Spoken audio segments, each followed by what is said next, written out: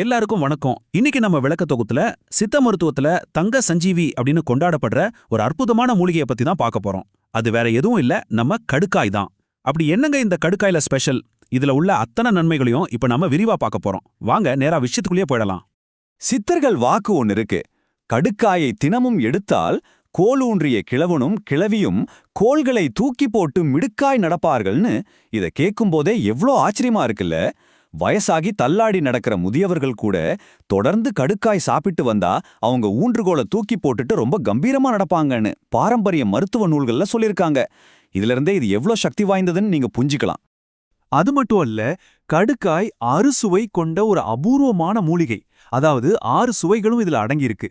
இதுக்கு இன்னொரு மிகப்பெரிய சிறப்பும் இருக்கு. ஒரு அம்மா எப்படி தன் குழந்தைய கண்ணும் கருத்துமா எந்த நோயும் வராம பாதுகாப்பாங்களோ, அதே மாதிரி கடுக்காயும் நம்ம உடலை ஒரு தாயை போல உள்ள இருந்து பாதுகாக்கும். எவ்ளோ அழகான ஆழமான ஒரு ஒப்பீடு பாத்தீங்களா?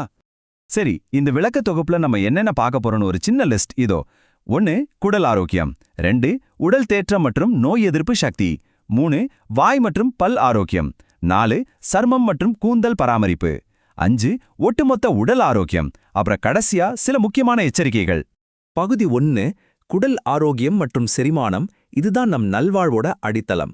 நம்ம உடம்போட முழு ஆரோக்கியமே வயிறுல இருந்து தான் ஆரம்பிக்குது. கடுக்காய் பொடி ஒரு மிகச்சிறந்த இயற்கை மலமிளக்கியா செயல்படுது. நைட்டு தூங்குறதுக்கு முன்னாடி கொஞ்சம் வெதுவெதுப்பான தண்ணியில இத கலந்து குடிச்சிட்டு படுத்தா மலச்சிக்கல் பிரச்சனையே இருக்காது. அது மட்டுமா, பசியின்மை, அஜீரணம், வாயு தொல்லைன்னு எல்லாத்தையும் சரி பண்ணி உங்க செரிமான திறனை சூப்பரா மாத்திடும். குடல்ல இருக்கிற கழிவுகளையும் நச்சுக்களையும் வெளியேத்திட்டு குடல் புண்களை, அதாவது அல்சரை கூட இது ரொம்ப சீக்கிரமா ஆட்டிடும். பகுதி 2. உடல் தேற்றம் மற்றும் நோய் எதிர்ப்பு சக்தி. உடலின் மைய பகுதியை பாதுகாத்தல்.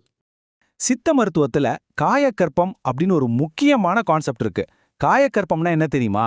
உடலோட இளமைய அப்படியே நீண்ட காலம் தக்க வச்சு செல்களை எப்பவும் புதுப்பிச்சுக்கிட்டே இருக்கிற ஒரு அற்புதமான மருத்துவ முறை. கடுக்காய இந்த காயக்கற்ப மூலிகைன்னு தான் சொல்றாங்க. இந்த காயகற்பம் நம்ம உடம்புக்குள்ள எப்படி வேலை செய்யுது? இது நேரா ரத்தத்துல இருக்கிற நச்சுக்களை எல்லாம் தேடி பிடிச்சு வெளியேத்தி ரத்தத்தை கம்ப்ளீட்டா சுத்தப்படுத்துது. ரத்தம் சுத்தமா இருந்தாலே எந்த நோயும் சீக்கிரமா வராதுங்க. அதை தாண்டி நம்ம நோய் எதிர்ப்பு மண்டலத்தை, அதாவது இம்யூன் சிஸ்டத்தை ஒரு இரும்பு சுவர் மாதிரி பலப்படுத்தி எவ்வித தொற்று நோய்களும் நம்மளை நெருங்காம பாதுகாக்குது.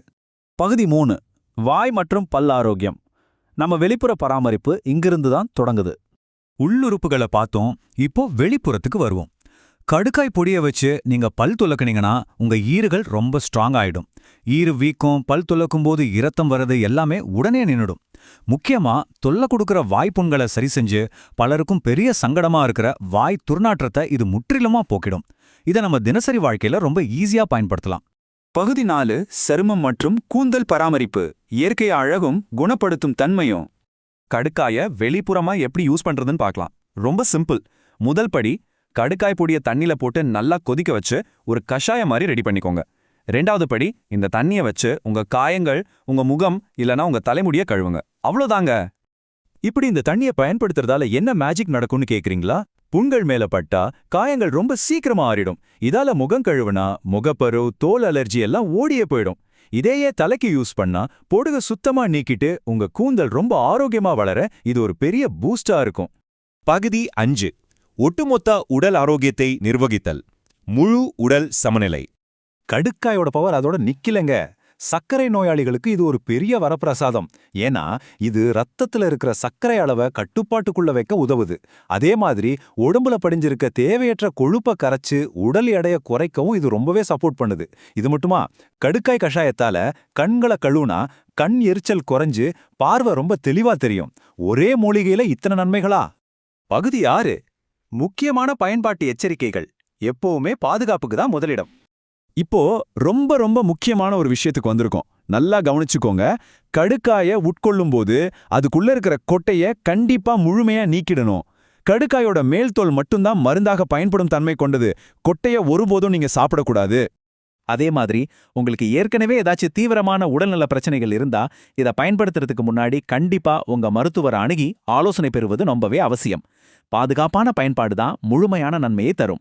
அறுசுவைகளைக் கொண்டு ஒரு தாயைப் போல நம்ம உடம்ப பாதுகாத்து வயிறுல ஆரம்பிச்சு காயகர்ப்பமா மாறி முடி வரைக்கும் இத்தனை நன்மைகளை தரும் இந்த ஒற்றை மூலிகை நிஜமாவே ஒரு பெரிய ஆச்சரியம் தானேங்க. சரி, அடுத்து இதே மாதிரி எந்த பாரம்பரிய மூலிகை பத்தி நீங்க தெரிஞ்சுக்க விரும்புறீங்க? இந்த பயனுள்ள தகவலை அனைவருக்கும் பகிர்ந்து மறக்காம சப்ஸ்கிரைப் செய்து வச்சுக்கோங்க. நன்றி.